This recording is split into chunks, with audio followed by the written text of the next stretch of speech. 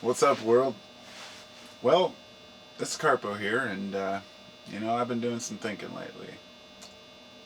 Go figure, right? That doesn't mean I came up with any particular conclusions. I just have been doing some thinking lately.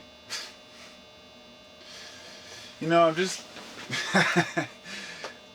I know it's kind of silly to find humor. I have these things going through the back of my mind that just make everything just so laughable in life. And let me start out. I don't really have a point here other than to just kind of ramble about a few different points.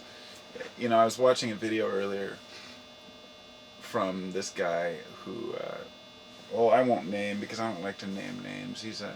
But he's a motivational kind of speaker that talks about the now and whatnot. Anyway, he reminded me. Well, okay, fine. I'll be fair. So people know, Rupert Spira, I think is his name. Somebody recommended him to me, and I thought he was a great speaker.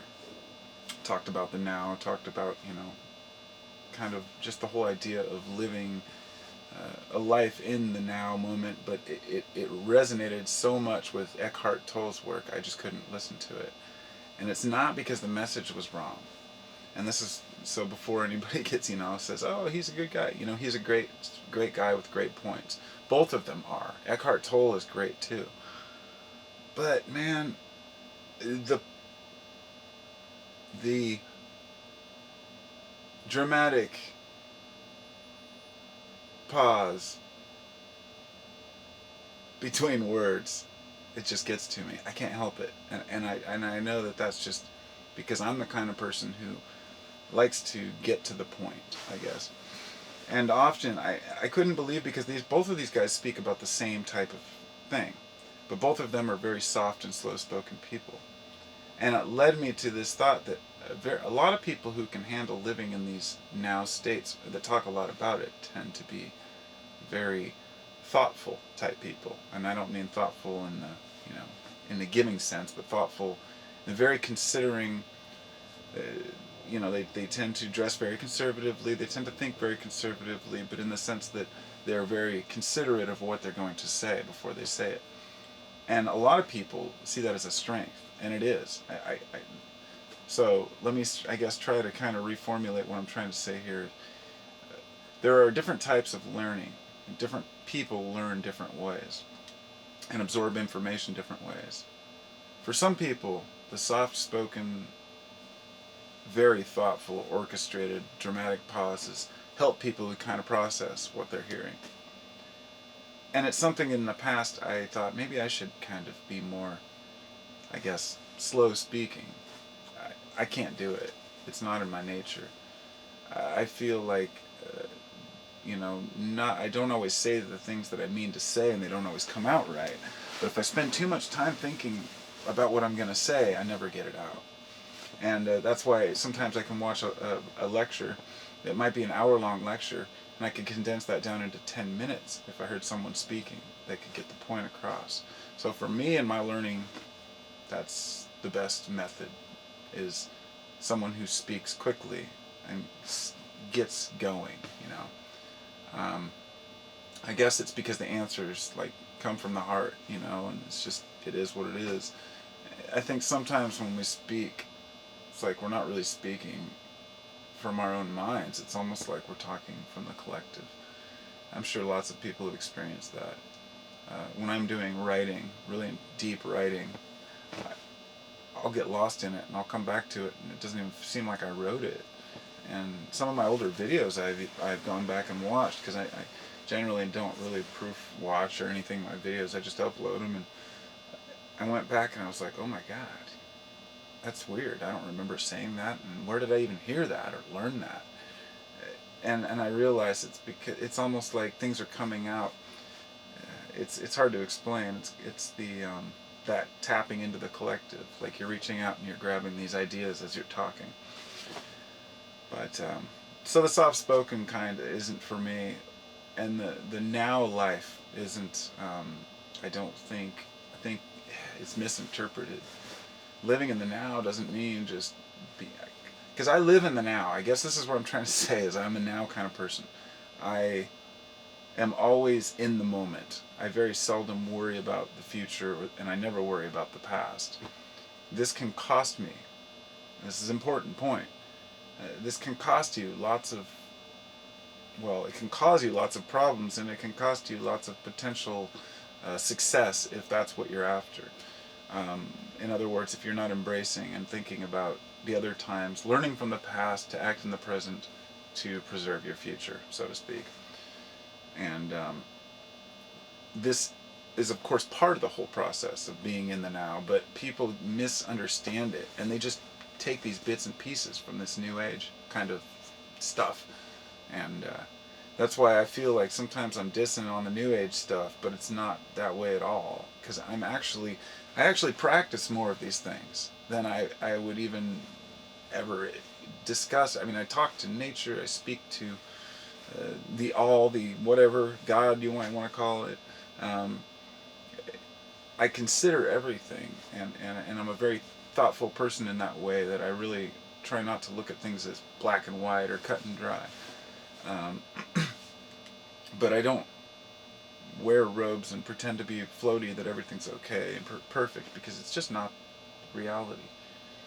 And so when I see people preaching that everything's okay, I can't help but say, I want to be part of that.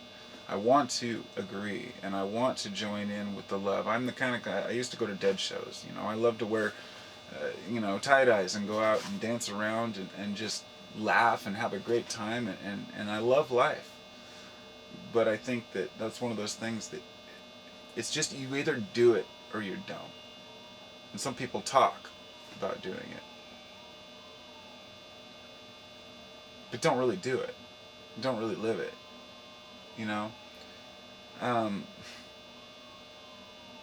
It's the keyboard warrior syndrome too. A lot of people tend to sit at home and they can type away about how things should be, about the ideal world to live in, and how things should be, and what's wrong, and this is what's wrong with society, and this is what we're doing wrong, and I have the solutions. And then it's like they're just this little piece of this huge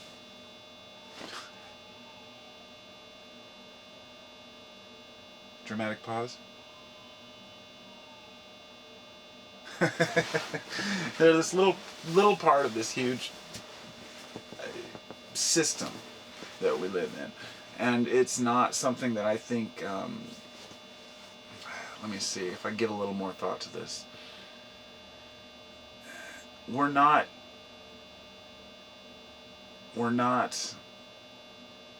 as privy to information as we think we are. We're not as privy to the answers or the solutions to life, and we really want to be.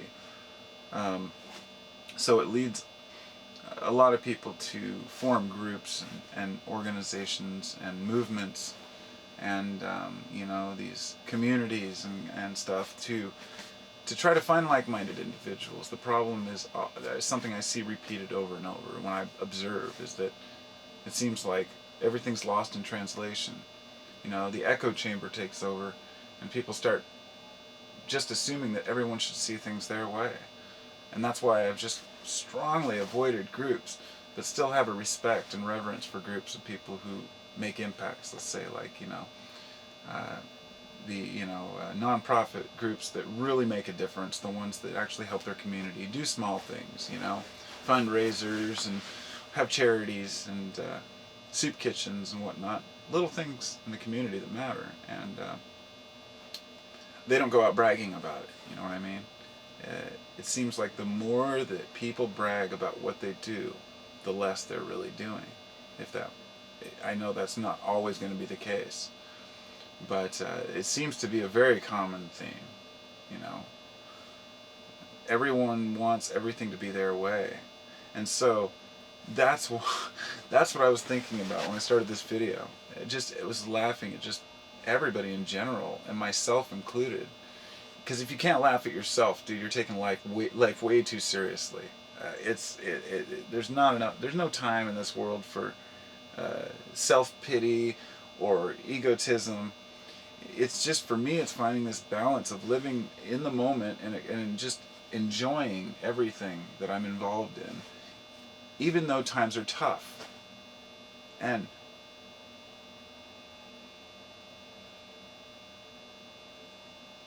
hold on a second. I hear a weird noise.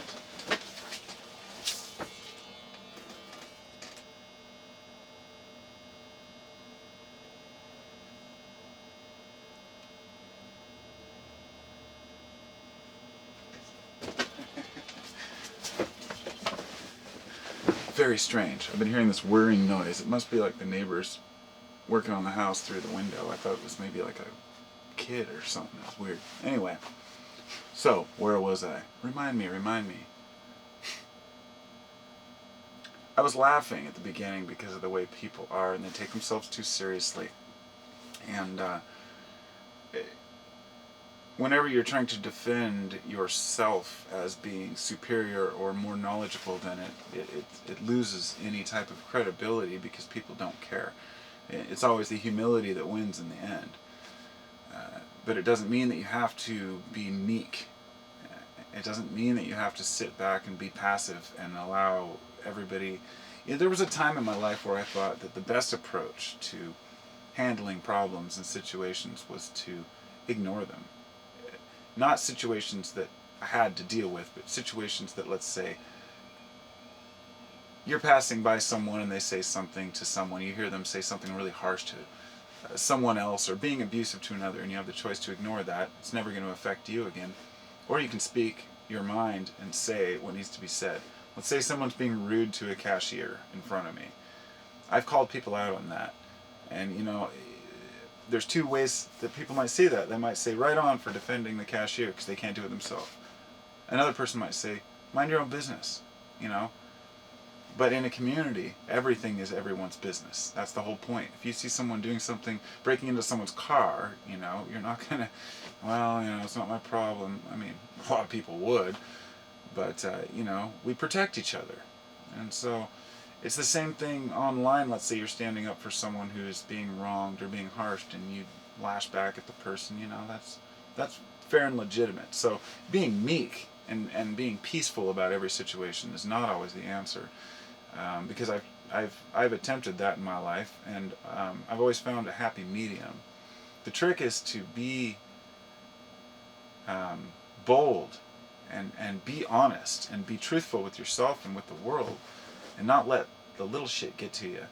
Because if the little shit gets to you, then you never have time to work on the big shit. And I guess to finally go full circle on this, I heard somebody was talking about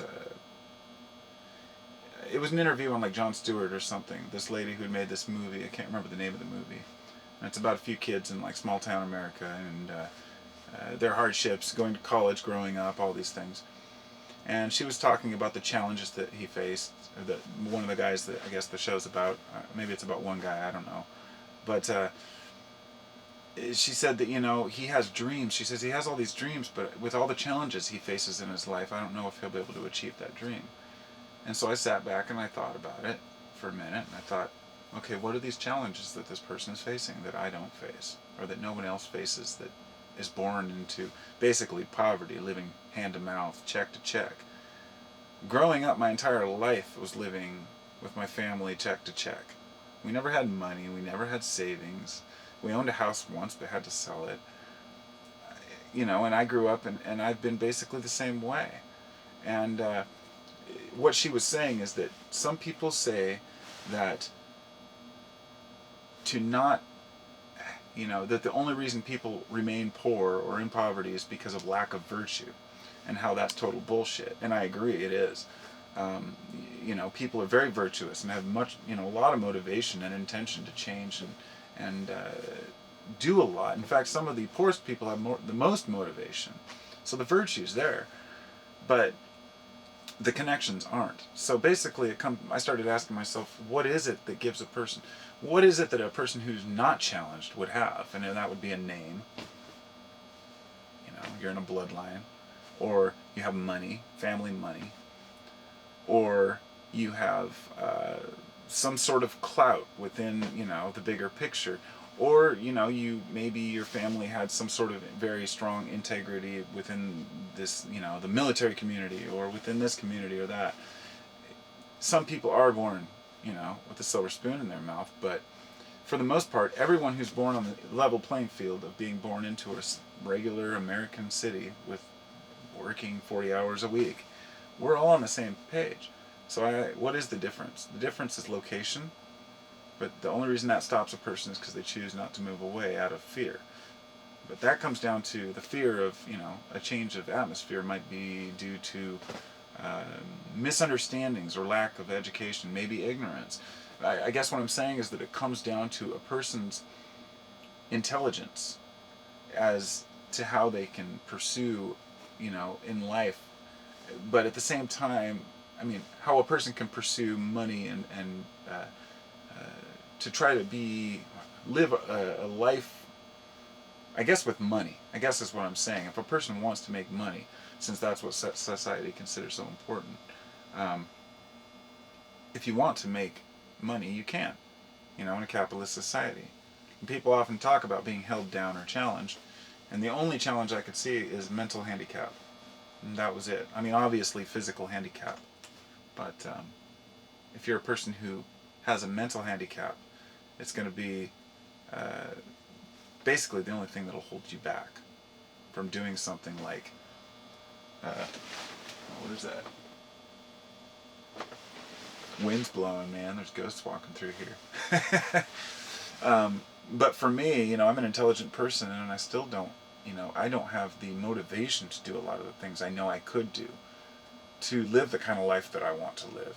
So while I've been living in poverty, I guess what I'm saying is I can admit that a lot of it's my own fault. We make excuses for the things we do. I say, well, I'm a stay-at-home dad right now since I messed my back up. Basically, I've been taking care of 2 and a 4-year-old. He just turned 5 a few days ago, actually, and we have had, it's a very difficult job to be a stay-at-home parent. Much respect to all stay-at-home parents. There's nothing. There's times when I just want to be at work, but I can't work doing the job I did, so I have to move on to something different now.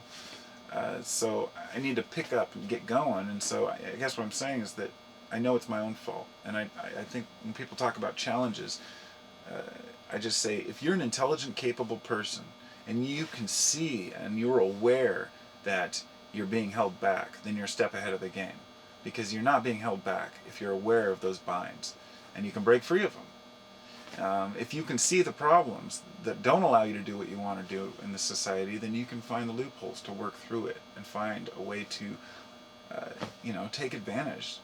I guess be bold and take hold, but there's one aspect to it that becomes, I guess, the key, which is integrity is harmed when money becomes an object. And I guess I'll kind of have to leave it at that, because it's a major issue of contention and disagreement among people. I personally don't see money as evil. I don't see it as a bad thing at all. It's nothing. It's just a symbol for work, although it's been twisted, just like other symbols have. Literal symbols, We can't allow the symbol of money to be twisted into the forms that they're allowing it to be twisted into. You see what I mean? It's a method of exchange out of trust. It's a promissory note. Don't regard all of the talk of, all of the fiat money. We know that the Federal Reserve is corrupt. I've read tons of books about this stuff, and I know the monetary system will not last as it is. But the whole point being that money itself is not the problem. It's what it does to people.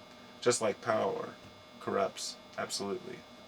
And being rich, all it does is allows some people to justify certain behaviors and lifestyles by saying, well, I've got mine now.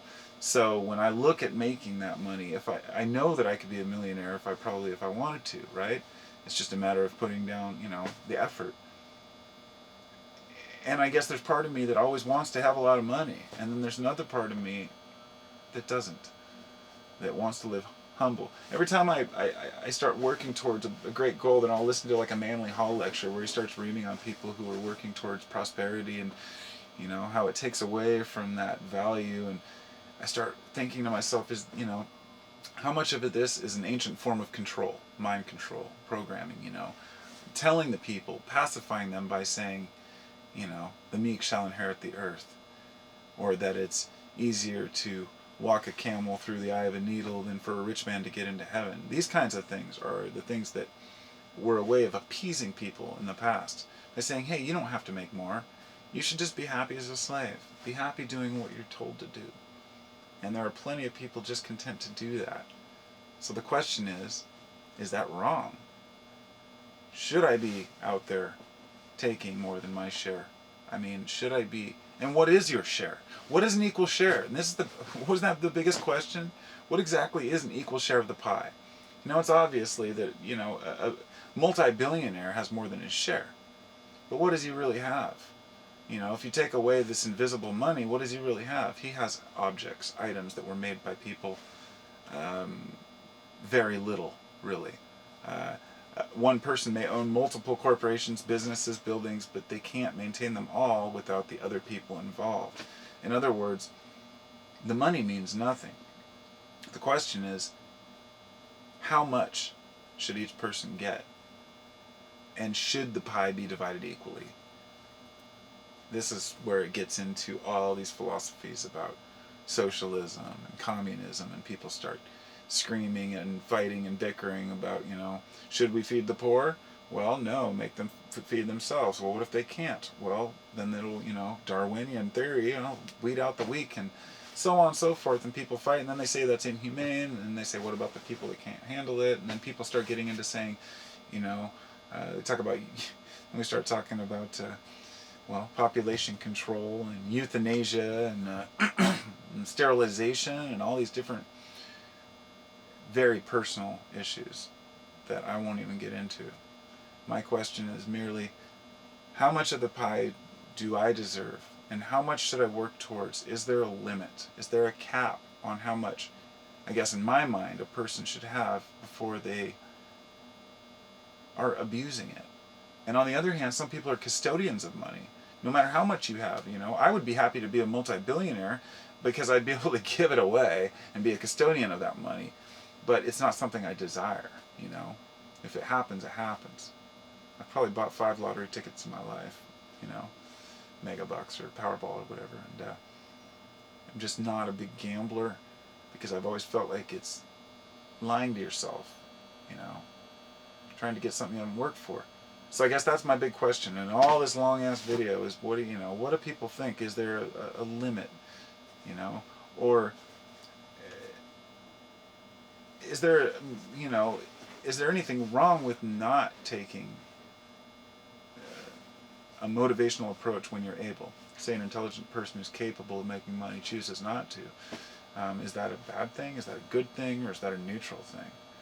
And, with so many different personality types, it's difficult to really distinguish the people from each other until they have that kind of money. A person may appear to be a certain way. Just look at what happens when a lot of people leave the ghetto. All they talk about is how the ghetto is put down and this and that, and then they become famous rappers, and you hear about these guys who have out there buying gold chains and houses and never sending a dime back to their own neighborhoods. It's all talk, People fit into these categories.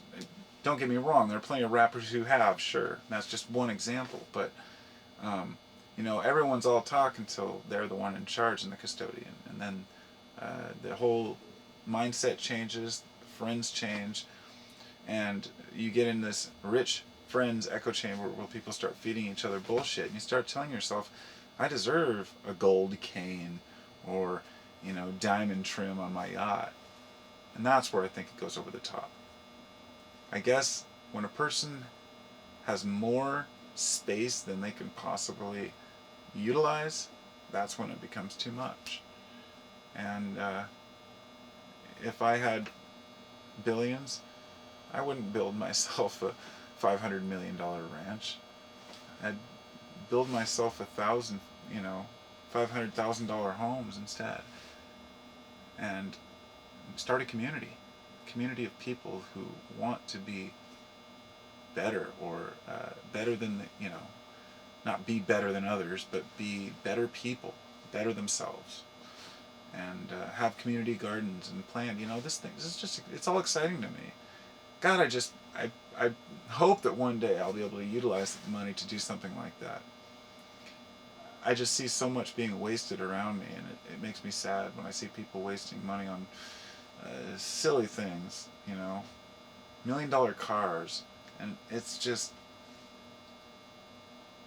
there's no justification for that. I guess in each man's heart, each woman's heart, they'll find their own limit to what they think is enough. And so be it. Whatever it may be.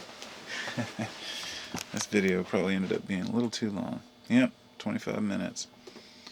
Anyway, I'll take to 25:44 and say namaste, everybody.